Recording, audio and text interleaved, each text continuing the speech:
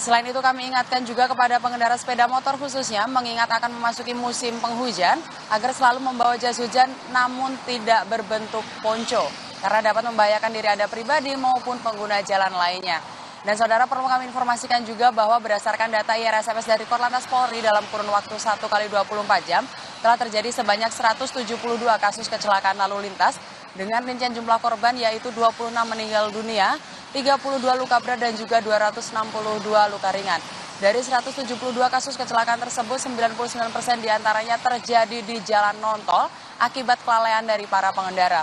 Untuk itu kami menghimbau selalu kepada para pengendara agar selalu berkonsentrasi ketika berkendara, tetap berada jalur yang benar dan patuhi peraturan lalu lintas yang ada demi keamanan, keselamatan, ketertiban dan kelancaran dalam berlalu lintas. Dan untuk informasi lalu lintas selengkapnya, kami pun juga siap melayani Anda di 1506669 atau melalui SMS Center di 9119. Stop pelanggaran, stop kecelakaan, keselamatan untuk kemanusiaan menuju Indonesia tertib dan salam presisi. Demikian laporan dari Brigadir Rizka, kembali ke Glenis di studio, silahkan.